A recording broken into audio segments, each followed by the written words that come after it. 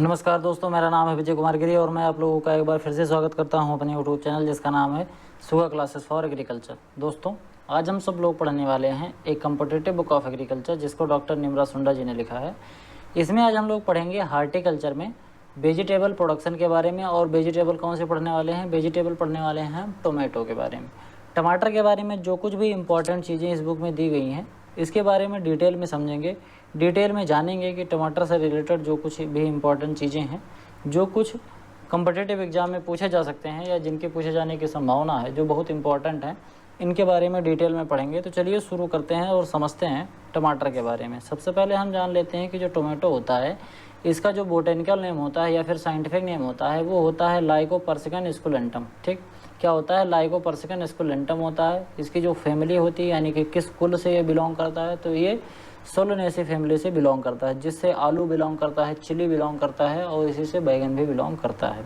अगर हम इसके बोटेनिकल नाम की बात करें तो जैसे हमने बताया कि लाइकोपर्सिकम स्कुलेंटम होता है इसका बोटेनिकल नेम। कहीं कहीं पर आपको जो नया नाम है वो आपको देखने को मिल सकता है, जैसे सोलेनम लाइकोपर्सिकम। सोलेनम लाइकोपर्सिकम भी टमाटर का ही एक बोटेनिकल नेम होता है। अगर हम इसके ओरिजिन प्लेस की बात करें तो टमाटर का जो ओरिजिन प्लेस है वो है पेरू। पेरू अपना ये एक देश है, वहीं पर इसका ओरिजिन प्लेस माना जाता है। अगर हम बात करें कि टमाटर का जो फ्रूट टाइप होता है वो किस तरीके का होता है, तो टमाटर का जो फ्रूट टाइप होता है वो बेरी होता है। अब बेरी क्या होता है, ड्रुप क्या होता है, नट क्या होता है, एम्फिसराका क्या होता है, बेलोस्टा क्या होता है, पेपो क्या होता है, हेस्पेरिडियम क्या होता है, ये जितने भी टाइप ऑफ फ्रूट्स हैं इसको मैंने डिटेल में इंस्टेंट हार्टिकल्चर में पढ़ा रखा है। वहाँ पर आपको उसको देख लीजिए और वहाँ से अगर आप देख लेंगे स्टार्टिंग में जो 3 4 5 लेक्चर हैं, मतलब जहाँ क्लासिफिकेशन पढ़ाया जा रहा था, उसमें मैंने बहुत डिटेल में पढ़ा रखा है कि इसको बेरी क्यों कहते हैं। ठीक, अगर कोई फल बेरी टाइप का है तो उसको बेरी क्यों कहते हैं, कोई फल अगर ड्रुप है तो उसको ड्रुप क्यों कहते हैं, वहाँ से आप आसानी से समझ पाएंगे। वहाँ से अगर आपने नहीं देखा हो तो आप वहाँ से जाके देख सकते हैं। चैनल के प्लेलिस्ट में जाएंगे तो आपको वहाँ मिलेगा इंस्टेंट हार्टिकल्चर पार्ट 1, वहाँ से आप देख सकते हैं।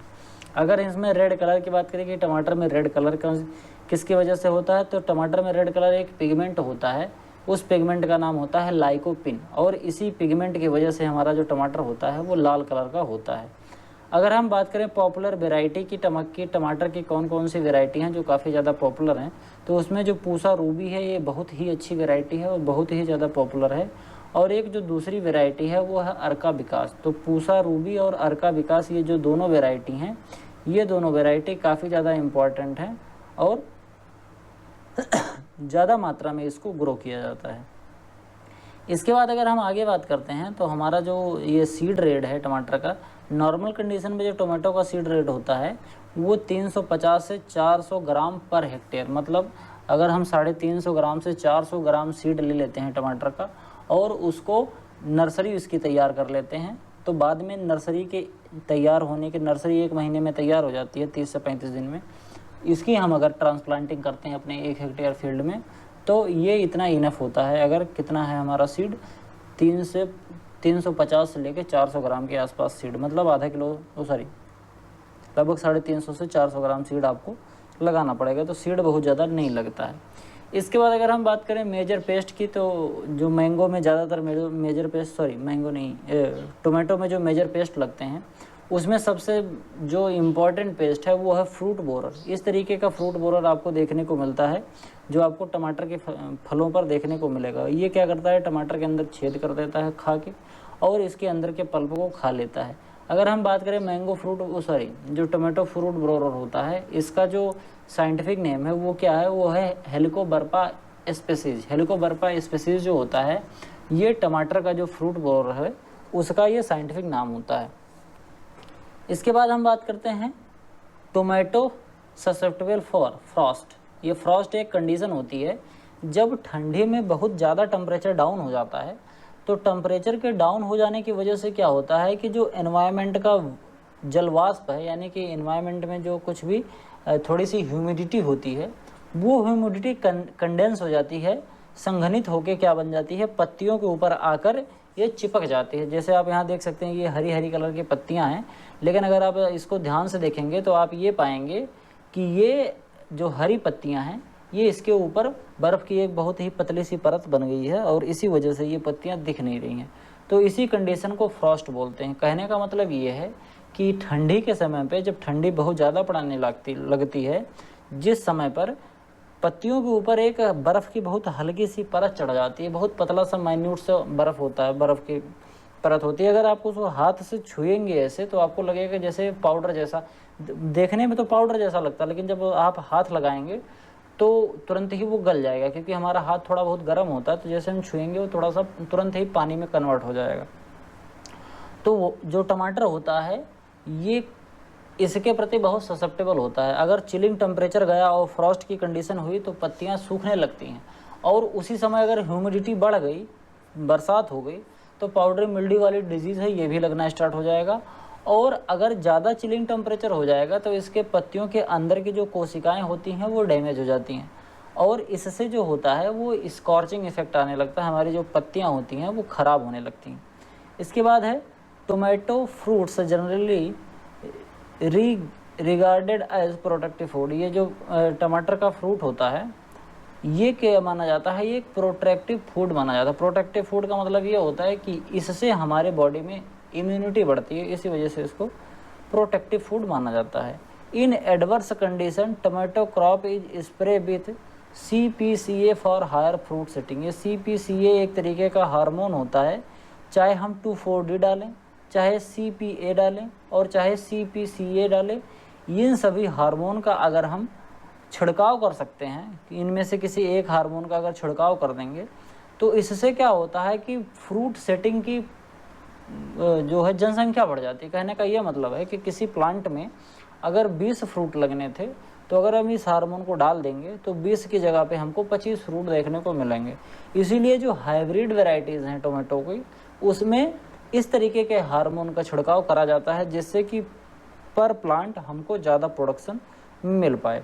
एक वैरायटी है पंजाब छुहारा, काफ़ी अच्छी वैरायटी है, ये डिटर्मिनेट वैरायटी होती है। एक चीज़ और याद आ गया, जो टोमेटो होता है, टोमेटो में 2 तरीके की वैरायटी होती हैं, एक तो होता है डिटर्मिनेट वैरायटी और एक होता है इनडिटर्मिनेट वैरायटी। तो ये जो डिटर्मिनेट वैरायटी है ये एक निश्चित ऊंचाई तक बढ़ता है, मतलब इसकी जो लेंथ होती है, इसकी जो लताएँ होती हैं, टमाटर की जो वाइन्स होती हैं वो एक निश्चित दूरी तक बढ़ती हैं, निश्चित हाइट तक बढ़ती हैं। वहीं जो इनडिटर्मिनेट वैरायटी होती हैं इनकी लंबाई बहुत ज़्यादा होती है। जो कुछ हाइब्रिड वैरायटीज़ होती हैं उसमें इनडिटर्मिनेट होती हैं, मतलब कि ये जो पौधे होते हैं ये बहुत बढ़ते रहते हैं। ऐसे समझिए कि आप ये 20 से 30 फुट तक देखे जाते हैं, मतलब 30-30 फुट तक एक एक पौधा। एक बार मैं पंतनगर यूनिवर्सिटी गया था तो वहाँ पे मैंने इनडिटर्मिनेट जो टोमेटो की वैरायटी है उसको मैंने देखा था, बहुत ही बड़े बड़े होते हैं। तो जो पंजाब छुहारा है ये डिटर्मिनेट टाइप की वैरायटी है, मतलब इसकी हाइट बहुत नहीं बढ़ती, मतलब एक निश्चित हाइट तक बढ़ती है। और अगर इनडिटर्मिनेट होता तो हाइट ज़्यादातर बढ़ती रहती है, 30-40 फुट तक बढ़ती रहती है। ठीक। A period of draught followed by sudden heavy irrigation during fruiting में कॉजेस क्रैकिंग ऑफ फ्रूट। कहने का मतलब ये है कि हमने अच्छे से सिंचाई कर दी, ठीक, खेत में अच्छे से सिंचाई कर दी, पानी लगा दिया, ठीक, इरिगेशन बहुत अच्छे से हो गया, तो क्या होगा, टमाटर एकाएक ढेर सारा पानी अपने अंदर एब्जॉर्ब कर लेगा। तो टमाटर के पौधे एब्जॉर्ब करेगा पानी और फिर टमाटर के अंदर वो पानी पहुंच जाएगा, यानी कि जो हमारा टमाटर है उसके अंदर वाटर कंटेंट बढ़ जाएगा। ठीक। अब वहीं अगर बहुत दिन तक सूखा पड़ गया, ड्रॉट की कंडीशन, मतलब पानी नहीं बरस रहा है, धूप हो रही है, तो इस कंडीशन में अचानक से क्या होगा कि क्योंकि ऊपर से सनलाइट मिल रही है इसको और नीचे से क्या हुआ कि टमाटर पानी से भरा हुआ है, तो टमाटर का जो पानी होता है वो बहुत तेज़ी से बाहर निकलना चाहता है।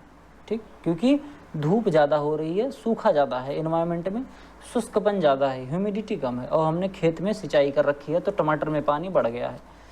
तो जब टमाटर के अंदर का पानी एकाएक बाहर जाना चाहता है तो ये क्या करता है कि टमाटर की जो स्किन होती है ये थोड़ी सी टाइट होती है, मतलब थोड़ी सी हार्ड स्किन होती है, जल्दी से ये फुटती नहीं है, इसके अंदर से पानी नहीं निकलता। इसी वजह से अगर आप टमाटर खरीद के लाते हैं तो आपने देखा होगा कि अगर हम इसको फ्रिज में ना भी रखें, नॉर्मल इसे रूम टेम्परेचर पर रख दें, तभी ये 5-6 दिन तक ख़राब नहीं होता। वहीं अगर देसी टमाटर है तो जल्दी ख़राब हो जाता है। तो ये टमाटर इसी वजह से नहीं ख़राब होता क्योंकि इनकी स्किन बहुत ही हार्ड होती है, इतनी ज़्यादा हार्ड होती है कि अगर आप इसकी चटनी बना रहे हैं टमाटर की, आपने इसको कुकर में रख के 2-3 सीटी दिलवा भी दी, इसको कायदे से उबाल भी दिया, तब भी जो इसका छिलका होता है एज इट इज़ बना रहेगा, इसके छिलके पे कोई प्रभाव नहीं पड़ेगा। तो क्या होता है कि बाहर ह्यूमिडिटी चूँकि कम है और गर्मी भी बढ़ रही है, जब ड्रॉट की कंडीशन होती है, सूखे की कंडीशन होती है, तो जैसा टेम्परेचर बन रहा होता है, जिस तरीके का कंडीशन बन रही होती है, उस कंडीशन में क्या होता है कि टमाटर के अंदर पानी ज़्यादा है। अब वो पानी जल्दी से जल्दी इवापोरेट और ट्रांसपरेट होना चाहता है, मतलब टमाटर के अंदर से बाहर निकलना चाहता है। अब उसको रंध्र मिलते नहीं है, स्टोमेटा मिलते नहीं है, क्योंकि स्किन में बहुत कम स्टोमेटा है, तो वो क्या करता है, टमाटर को फाड़ देता है। तो हमारा जो फ्रूट क्रैकिंग होती है ये बोरान की और कैल्शियम की वजह से तो होती ही होती है, लेकिन इस कंडीशन की वजह से भी हो सकती है कि हमने सिंचाई ज़्यादा कर दी, टमाटर में पानी ज़्यादा पहुंच गया, लेकिन फिर वहीं सूखा पड़ गया, मतलब पानी नहीं बरस रहा है। तो इस कंडीशन में भी ड्रॉट की कंडीशन एक पड़ जाती है और हमारा टमाटर की जो स्किन होती है वो फट जाती है। Chemical use for tomato sauce preservation, tomato की जो सॉस बनाते हैं उसके प्रिजर्वेशन के लिए हम सोडियम बेंजोएट डालते हैं। एक चीज़ और ध्यान रखिएगा कि ये जो मोमोज़ बनाते हैं, मोमोज़ वाले जो ठेले पर जो मोमोज की चटनी आप खाते हैं, आपने देखा होगा कि जब ये चटनी जो लाते हैं तो एक इनके पास एक बड़ा सा कंटेनर होता है, मतलब एक बड़ा सा ड्रम होता है, उसी ड्रम में चटनी भरे रहते हैं। आप कभी इनसे पूछिए कि भैया ये चटनी कितने दिन में ख़त्म होती है, और अगर आप किसी दिन एज्यूम भी करें तो आप देखेंगे कि ये चटनी एक दिन बनाते हैं, फिर उसी चटनी को 3-4 दिन तक 5 दिन तक यूज करते हैं। उनकी जो सॉस होती है बड़ी दिन तक यूज होती रहती है। तो उसमें क्योंकि ये लोकल लेवल पे बन रहा होता है, अपने घर पे बनाते हैं, तो ये जो प्रिजर्वेटिव आता है सोडियम बेंजोएट, इसको ज़्यादा यूज कर लेते हैं। इससे आपकी बॉडी में काफ़ी हैजार्डस इफेक्ट पड़ते हैं, काफ़ी ज़्यादा हार्मफुल होता है हमारी बॉडी के लिए। इसकी एक निश्चित मात्रा जो कि FSSAI के द्वारा निर्धारित किया गया, फूड कॉरपोरेशन ऑफ इंडिया के द्वारा, वही अगर हम डालेंगे इसमें, उतनी ही मात्रा अगर इसमें डालेंगे तो ये ठीक है, चल जाएगा उतना। लेकिन अगर हम प्रिजर्व करने के लिए ज़्यादा मात्रा में डाल रहे हैं कि हमारा बहुत दिन तक नहीं ख़राब हो, तो वो हमारे लिए नुकसानदेह होता है। इसके बाद एक बहुत ही बेकार टाइप की बीमारी होती है बेर, जिसको हम कहते हैं, ब्लॉसम एंड रॉट डिजीज़ होती है टमाटर के अंदर। ये कैल्शियम की डिफिशियंसी से होती है। अब ब्लॉसम एंड जो रॉट होता है वो देखने में किस तरीके का लगता है, अगर हम आपको दिखाएं तो ब्लॉसम एंड रॉट जो होता है उसकी अभी मैं आपको आगे दिखा देता हूँ कि ब्लॉसम एंड रॉट देखने में कैसा होता है।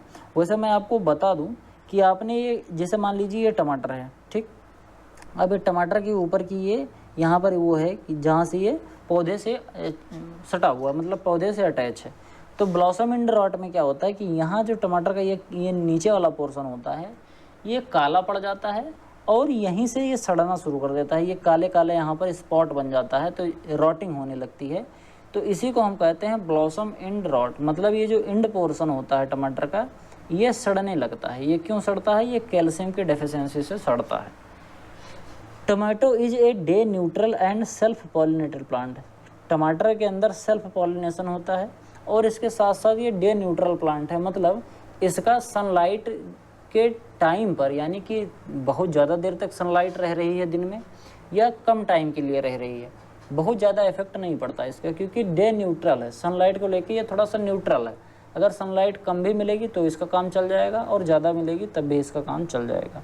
अगर हम बात करें इसके सीज़न की तो बेसिकली ये वार्म सीजन की क्रॉप है, लेकिन इसको हर समय में हम ग्रो कर सकते हैं।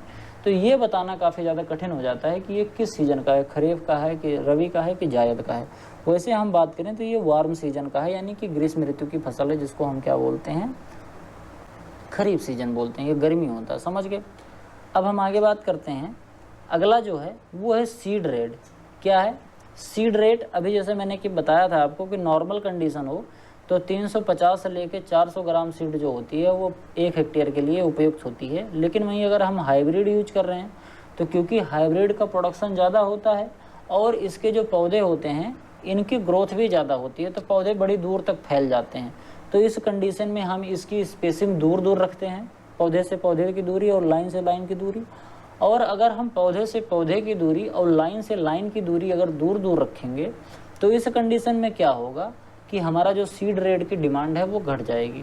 तो 100 से लेकर 150 ग्राम पर हेक्टेयर हाइब्रिड सीड की ज़रूरत होती है टमाटर में, और अगर नॉर्मल कंडीशन है तो 350 से लेकर 400 ग्राम सीड रेट ज़रूरी होता है टमाटर के लिए। इसके बाद अगर हम आगे बात करें वेराइटीज़ के बारे में, तो टमाटर की ऐसे कौन कौन सी वेराइटीज़ हैं जो काफ़ी अच्छा प्रभाव डालती हैं, काफ़ी अच्छा परफॉर्म करती हैं। तो पूसा रूबी जो मैंने अभी बताया, यह सायोक्स और इम्प्रूव्ड मेरठ, ये 2 वैरायटी हैं, इन्हीं के क्रॉस से बनाया गया है पूसा रूबी।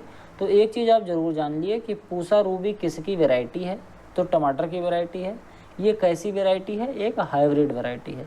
उसके बाद है पूसा 120, काफ़ी इंपॉर्टेंट वैरायटी है क्योंकि ये निमेटोड के प्रति रेजिस्टेंट होती है। टमाटर में जो निमेटोड लगते हैं, यानी कि सूत्रकृमि जिनको हम हिंदी में बोलते हैं, तो निमेटोड के प्रति ये जो टमाटर की वैरायटी होती है ये रेजिस्टेंट होती है। इसके बाद अपनी वैरायटी है अर्का सौरभ, पूसा गौरव, अर्का विकास और हिसार ललित। ये सब काफ़ी अच्छी वैरायटी हैं। पूसा शीतल, SL120, ये सभी जितनी अच्छी वैराइटीज़ हैं ये टमाटर की बहुत अच्छी अच्छी वैराइटीज़ हैं जो कि ग्रो करी जाती हैं, तो इनको आप ज़रूर याद कर लेना। रोमा एक वैरायटी है टमाटर की, ये suitable for transport and processing. अगर हमको टमाटर की वैरायटी है, अगर हमको दूर भेजना है या इसकी हमको प्रोसेसिंग करनी है, जैसे हमको सॉस बनाना है, सॉस बना के पैक करके बेचना है, तो इस कंडीशन में हमको क्या करना है, रोमा वैरायटी को प्रेफर करना है, क्योंकि रोमा वैरायटी जो होती है इसकी सेल्फ लाइफ ज़्यादा होती है। इसके बाद अपनी एक वैरायटी है पार्कर वैरायटी। तो पार्कर वैरायटी का सबसे अच्छा चीज़ ये है कि ये जो फ्रूट बोरर्स टमाटर के अंदर लगता है, इस फ्रूट बोरर के प्रति रेजिस्टेंट होती है। ये पार्कर जो वैरायटी है इसमें फ्रूट बोरर वाली जो प्रॉब्लम है ये देखने को नहीं मिलती है। इसमें ये जो फलों में छेद करने वाला जो कीट है ये देखने को नहीं मिलता है। और अगली जो वैरायटी है पंजाब छुहारा और रोमा, ये दोनों वैरायटी जैसे कि मैंने पहले बताया ये प्रोसेसिंग के लिए काफ़ी अच्छी मानी जाती हैं। अगर हमको इसको प्रोसेस करके रखना है, जैसे चटनी बना के सॉस बना के रखना है, तो इसके लिए पंजाब छुहारा और रोमा जो वैरायटी है वो काफ़ी अच्छी मानी जाती है। इसके बाद जो अपना अगला है वो है फ्लायर सेवर। ये डिले रैपनिंग वैरायटी है, ये टमाटर की, जो कि डेवलप की गई है बायोटेक्नोलॉजी के थ्रू बनाई गई है। 1994 में कहाँ बनाई गई है, कालजिन कंपनी के द्वारा। कालजिन एक कंपनी है, इसी कंपनी ने 1994 में अपनी चटनी बनाने के लिए, अपनी सॉस बनाने के लिए इसको प्राइवेटली डेवलप किया बायोटेक्नोलॉजी के थ्रू, जिससे कि इसकी सॉस अच्छी बने। और ये डिले राइपनिंग वैरायटी है, काफ़ी देर से ये पकती है। ठीक, क्या नाम है इसका, फ्लेयर सेवर। समझ गए बात।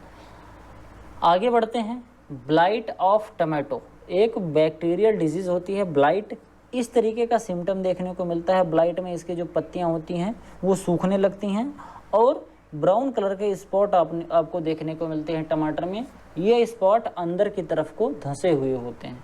इसको मैनेज करने के लिए हम किसी भी तरीके के कॉपर फंगीसाइड का उपयोग कर सकते हैं, जैसे कॉपर ऑक्सीक्लोराइड 3 ग्राम पर लीटर के हिसाब से अगर छिड़काव कर देंगे तो भी सही हो जाएगा, या फिर बैक्टेरोमाइसिन 0.1 ग्राम पर लीटर के हिसाब से इसका छिड़काव कर सकते हैं, या फिर हम मैंकोजेब जो कि 3 ग्राम पर लीटर के हिसाब से छिड़काव कर सकते हैं। तो ये सभी कुछ चीज़ें हैं जिसकी वजह से हम अपना जो ये ब्लाइट है जो टमाटर में लगता है इसको कंट्रोल कर सकते हैं किसी भी तरीके का जो कॉपर फंगीसाइड है उसका उपयोग करके। लीफ कर्ल एक तरीके की वायरल बीमारी होती है जो कि टमाटर में लगती है। लीफ कर्ल को जो रोकने का सबसे अच्छा तरीका है, क्योंकि लीफ कर्ल जो होता है वो वाइट फ्लाई से फैलता है। इस तरीके का वाइट फ्लाई देखने को मिलता है। ये पत्तियों का जो निचला पोर्शन होता है वहाँ पर ऐसे रुका रहता है, झुंड में रहते हैं, और जब इससे पत्तियाँ अफेक्ट होती हैं तो इस तरीके की पत्तियाँ देखने को मिलती हैं। अगर आपने टमाटर की खेती करी होगी तो आपने इस तरीके का सिम्टम ज़रूर देखा होगा, ये बिल्कुल ही निश्चित है, क्योंकि लीफ कर्ल ये बहुत ही ज़्यादा एक तरीके की वायरल डिजीज़ होती है, ख़राब डिजीज़ होती है जो हमारे टमाटर को अफेक्ट करती है। इस तरीके की आपको पत्तियाँ दिखेंगी। पत्तियाँ नॉर्मल नहीं रहती हैं, वो आपस में मुड़ी रहती हैं, ऐसे मुड़ जाती हैं और अपवर्ड कपिंग टाइप का हो जाता है। इसकी जो पत्तियाँ होती हैं ऊपर की तरफ मुड़ जाती हैं, ऐसे दोना टाइप के बन जाती हैं। जैसे हम जब पानी पूरी खाते हैं तो जैसे दोना होता है उस टाइप का ये बन जाता है। और इसकी पत्तियाँ जो होती हैं वो ऐसे सिकुड़ जाती हैं, अजीब टाइप से ऐसे सिकुड़ी रहती हैं। क्यों होता है? ये होता है लीफ कर्ल वायरस के थ्रू। ये एक वायरल डिजीज़ होती है लीफ कर्ल। फैलता किसकी वजह से? वाइट फ्लाई की वजह से फैलता है। कई बार कन्फ्यूज़न होता है कि ये वाइट फ्लाई से फैलता है या थ्रिप्स से फैलता है, तो पिक्चर दोनों एक साथ दिमाग में बैठा लीजिए। वाइट फ्लाई लिखा है और लीफ कर्ल लिखा है, इस पूरे पिक्चर को अपने दिमाग में बैठा लीजिए कि टमाटर में जो लीफ कर्ल हो रहा है वो वाइट फ्लाई की वजह से हो रहा है। बहुत लोग कंफ्यूज होते हैं कि वाइट फ्लाई थ्रिप्स से होता है कि लीफ कर्ल थ्रिप्स से होता है कि वाइट फ्लाई से होता है, तो ज़रूर याद कर लीजिएगा। इंसेक्ट पेस्ट की बात करें तो फ्रूट ब्रोवर जो होता है हेलिकोबर्पा आर्मीजेरा होता है, इस तरीके का देखने का लगता है। और जो फ्रूट फ्लाई होता है इसका जो साइंटिफिक नेम है वो है बेमेसिया टबेकी। ये तम्बाकू में भी जो लीफ कर्ल है, तम्बाकू में भी लीफ कर्ल का यही कारण होता है, बेमेसिया टोबैकी, और ये लीफ कर्ल डिजीज़ को फैलाने के लिए रिस्पॉन्सिबल होता है, मतलब यही लीफ कर्ल डिजीज़ को फैलाता है। इसके बाद एक है सर्पेंटाइन लीफ माइनर। सर्पेंटाइन का मतलब होता है ऐसे जिगजैग, इस टाइप का हो, मतलब जैसा सांप की आकृति जैसा। इसमें क्या होता है कि इसका जब ये लार्वा जो होता है, ये जो प्यूपा होता है, ये प्यूपा जब इस पर चलता है पत्तियों पर, तो पत्तियों पर इस तरीके का ऐसे जिगजैग पोर्शन में ऐसे स्ट्रक्चर बना देता है, लगता है जैसे किसी कोई सांप रेंग के गया हो। इसीलिए इसको क्या कहते हैं, सर्पेंटाइन लीफ माइनर। इसका जो एडल्ट होता है ये बिल्कुल मक्खियों के जैसा दिखता है, इस तरीके का होता है। इसका जो साइंटिफिक नेम होता है वो होता है लिरियोमाइजा ट्राइफोली। क्या होता है, Liriomyza trifolii. Liriomyza trifolii is the scientific name of serpentine leaf minor which produce a symptom on the leaf is like a snake walk around। मतलब जैसे सांप चल गया हो पत्तियों के ऊपर, इस तरीके से चल के गया हो, इस तरीके का सिम्टम बना देता है कौन, सर्पेंटाइन लीफ माइनर। इसके बाद हम बात करते हैं फिजियोलॉजिकल डिसऑर्डर के बारे में। टमाटर में कुछ फिजियोलॉजिकल डिसऑर्डर होते हैं जो क्यों होते हैं, किसकी कमी से होते हैं, इसके बारे में डिटेल में समझेंगे। फ्रूट क्रैकिंग होता है। Fruit cracking in tomato fruit is common. Radial and concentric cracking are severe. मतलब अगर रेडियल हो रहा है, इस तरीके का हो रहा है, कंसनट्रेट क्रैकिंग हो रहा है, तो ये अलग अलग तरीके का होता है। कई बार क्रैकिंग क्या होता है कि इस पोर्शन पे होता है, कई बार बॉसम एंड पर होता है, कई बार इस सब जगह पर होता है। तो अलग अलग तरीके की फ्रूट क्रैकिंग होती है। इसके कारण भी हैं, कुछ तो होते हैं सॉइल मॉइस्चर से अफेक्टेड होते हैं, जैसा कि मैंने अभी थोड़ी देर पहले बहुत डिटेल में समझाया। सॉइल मॉइस्चर से रिलेटेड होता है, एनवायरनमेंट में जो मॉइस्चर है उससे रिलेटेड होता है। और दूसरा जो होता है वो बोरान के डेफिशिएंसी से भी होता है। फ्रूट क्रैकिंग जो टमाटर में होता है वो बोरान डेफिशिएंसी की कमी से होता है। और ब्लॉसम एंड जो होता है टमाटर में वो किसकी कमी से होता है, वो कैल्शियम की कमी से होता है। अभी थोड़ी देर पहले मैंने पढ़ा है। ब्लॉसम एंड किसकी कमी से होता है, वो कैल्शियम की कमी से होता है और हाई टेम्परेचर की वजह से भी होता है। ब्लॉसम एंड रॉट ये सीवियर डिसऑर्डर है जो कि ग्रीन हाउस कल्टिवेशन टमाटो में होता है। उसके बाद है पफनेस। पफनेस में ये देखना, आप ध्यान से यहाँ पर देखिए, ये ब्लॉसम एंड रॉट होता है जैसे मैंने बताया था। आप देखेंगे कि तो यहाँ पर टमाटर का जो निचला वाला पोर्शन है, जैसे ये तो है ऊपर वाला पोर्शन, यहीं से टमाटर पौधे से अटैच होता है, लेकिन ये बिल्कुल जस्ट अपोजिट बिल्कुल नीचे वाला पोर्शन होता है। यहाँ पर ये काले काले धब्बे बन जाते हैं, किसमें, ब्लॉसम एंड रॉट डिजीज़ में। फिर आता है आपका पफनेस। पफनेस में क्या होता है, अगर हम नॉर्मल टमाटर को काटते हैं तो हमको खोखलापन नहीं दिखाई देता। जब पफनेस हो जाती है टमाटर में तो हम टमाटर को अगर काटेंगे तो हमको इस तरीके से खोखलापन टमाटर में दिखाई देता है। वो किसकी वजह से होता है, वो टमाटर में एक पफनेस टाइप का फिजियोलॉजिकल डिसऑर्डर हो जाता है। ये होता क्यों है, ये जब पुअर पॉलिनेशन होता है, लो और हाई टेम्परेचर होने लगता है। जैसे टेम्परेचर कम हो गया फिर बढ़ गया, फिर कम हो गया फिर बढ़ गया। टेम्परेचर जब घटेगा तो जो वाटर कंसंट्रेशन है वो बढ़ जाएगा, टेम्परेचर बढ़ जाएगा, वाटर कंसंट्रेशन घट जाएगा। तो टमाटर में वाटर कंसंट्रेशन जो है वो घटने बढ़ने बार बार घटने बढ़ने से ये पफनेस वाली प्रॉब्लम देखने को मिलती है। उसके बाद है सन स्केल्ड। सन स्केल्ड में इस तरीके का एक मिल्की वाइट कलर का स्पॉट बन जाता है, उसी तरीके का एक धब्बा बन जाता है। White sunken and papery lesion develop due to sun heat. ये सूर्य की रोशनी की वजह से होता है, जब बराबर बहुत तेज़ी से धूप पड़ती है। ऐसा आपको देखने को मिलता है जो मई जून में टमाटर आपको देखने को मिलते हैं, उस टमाटर में मिलता है, क्योंकि उस समय टेम्परेचर बहुत ज़्यादा होता है और लगातार जब सनलाइट इस पोर्शन पे पड़ती रहती है, दोपहर के समय पे इस पर बहुत डायरेक्ट लाइट पड़ रही होगी, इसी वजह से ये इस तरीके का हुआ है। तो इसको रोकने के लिए हम क्या कर सकते हैं, कुछ नहीं कर सकते हैं। 40 डिग्री सेंटीग्रेड टेम्परेचर तेज़ हो गया तो वो होना ही है।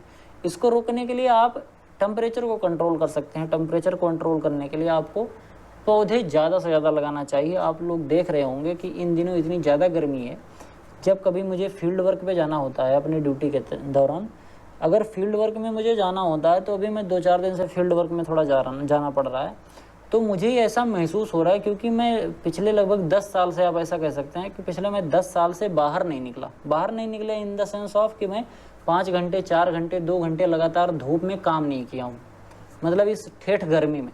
तो मुझे अपने बचपन के दिन याद आते हैं कि बचपन में मैं 5 किलोमीटर 6 किलोमीटर पैदल जाता था स्कूल। जब 3 और 4 में पढ़ता था, तो मेरे घर से 4 किलोमीटर लगभग दूर था स्कूल, तो मैं उतनी दूर पैदल जाता था, और दोपहर में 1:30 बजे छुट्टी होती थी, तो मैं पैदल आता था। तो मैं अब ये ऐसा महसूस करता हूँ कि पहले उतनी ज़्यादा गर्मी नहीं होती थी जितनी गर्मी अब होने लगी है। अगर आप लोगों ने भी ऐसा महसूस किया है, तो इसको रोकने के लिए थोड़ा सा आप लोग प्रयास करिए। अगर आपके पास कहीं आसपास, अपने घर के आसपास थोड़ी ज़मीन आपको अगर दिखाई दे रही है, तो वहाँ पर 1-2 पौधा ज़रूर लगाइए, जिससे आप जो इन्वायरमेंट है, इसका ओवरऑल जो टेम्परेचर बढ़ रहा है, उसको हम रोक सकते हैं। और अगर रोक लेंगे तो ये जो 40 डिग्री के बाद ही ये टेम्परेचर गड़बड़ होता है। अगर 40 डिग्री से ज़्यादा टेम्परेचर हो जाएगा इन्वायरमेंट में, तो ही ये सिम्टम देखने को मिलता है। तो अगर हम इसको कंट्रोल कर पाएंगे इनडायरेक्टली, तो बहुत ढेर सारे हमको फ़ायदे हो जाएंगे। वरना अगर हम एयर कंडीशनर और कूलर में रह कर कब तक रहेंगे? बाहर अगर नहीं निकलना है तब तो मान लीजिए चल जाता है, लेकिन अगर निकलना पड़ता है तो कैसा लगता है? अभी मैं 3 दिन से बाहर जा रहा हूँ, तो मुझे ऐसा लग रहा है कि जैसे किसी ने आग लगाई रखी हो और आग की लपटें मुंह पर लग रही हूँ। धूप जैसा नहीं लग रहा है जैसे किसी ने आग लगा रखी हो। बिल्कुल आग लगी हुई है सड़क पर, और ऐसे एनवायरनमेंट में ऐसे पड़ रहे हैं कि मुंह पे हवा आ रही है।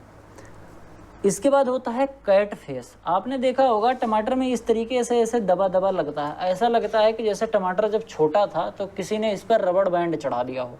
जैसे जो बाल बांधने के लिए या मिठाई के डिब्बे पे जो रबड़ बैंड चढ़ाते हैं, उस तरीके का लगता है कि जैसे जब टमाटर छोटा था तो इस पर किसी ने ऐसे रबड़ बैंड चढ़ा दिया हो। एक रबड़ बैंड यहाँ से, एक यहाँ से, एक यहाँ से, ऐसे ढेर सारे रबड़ बैंड चढ़ा दिए हैं।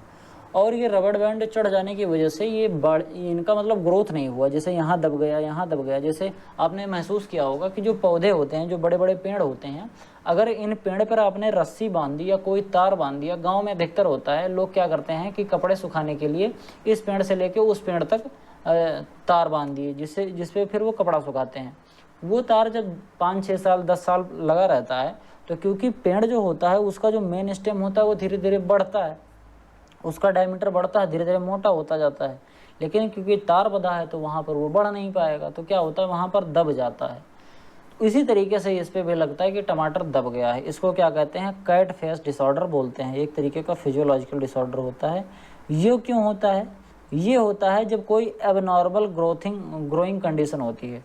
कोई भी एबनॉर्मल ग्रोइंग कंडीशन इसके लिए हो सकती है। इसी कंडीशन में ये होता है। अब ये एबनॉर्मल ग्रोइंग कंडीशन टेम्परेचर हो सकता है, या हार्मोनल इम्बैलेंस हो सकता है, कोई और चीज़ें हो सकती हैं, किसी न्यूट्रिएंट की कमी हो सकती है। मतलब किसी तरीके से अगर पौधा अस्वस्थ है तो इस तरीके का सिम्टम देखने को मिलता है। लेकिन इसमें थोड़ा सा ये होता है, एक अच्छी बात होती है कि इसको आदमी आराम से खा लेता है, क्योंकि ऊपर के जो छिलके होते हैं वहाँ पर बहुत हल्का हल्का पड़ा रहता है। तो जब टमाटर बहुत महंगा रहता है तो लोग इसको खा भी लेते हैं एज इट इज़, कोई दिक्कत नहीं होती। बाकी इसको काट के खाते हैं, इसको भी काट के निकाल देते हैं, इसको वैसे खा लेते हैं, इसको काटते हैं। इस तरीके का सिम्टम आपको देखने को मिलता है। तो आपका ये जो टमाटर था ये ख़त्म हुआ। आई होप वीडियो पसंद आया होगा। वीडियो पसंद आया हो तो वीडियो को लाइक करें। चैनल पर पहली बार आए हैं या अभी तक चैनल को सब्सक्राइब नहीं किया है तो चैनल को सब्सक्राइब जरूर कर लें। हमारे जो व्यूअर हैं उसमें से लगभग 70% व्यूअर ने हमारे चैनल को सब्सक्राइब नहीं किया है। आप लोग वीडियो तो देखते हैं लेकिन आप चैनल सब्सक्राइब नहीं कर सकते। आप सोचिए कि एक लेक्चर बनाने में, पीपीटी बनाने में, पहले टाइप करो, पीपीटी बनाओ, फिर पढ़ाओ, कितना कठिन सा काम होता है। और इसके लिए मैं आपसे क्या मांग रहा हूँ, बस एक सब्सक्राइब कर दो, अपने दोस्तों के साथ चैनल को शेयर कर दो। ये एक हम्बल सी रिक्वेस्ट है। इससे मेरा मोटिवेशन बढ़ता है, जिससे मैं आप लोगों के लिए और अच्छा कंटेंट बनाने का प्रयास करता हूँ। मिलते हैं किसी दूसरी वीडियो में, तब तक के लिए इजाज़त दीजिए। धन्यवाद।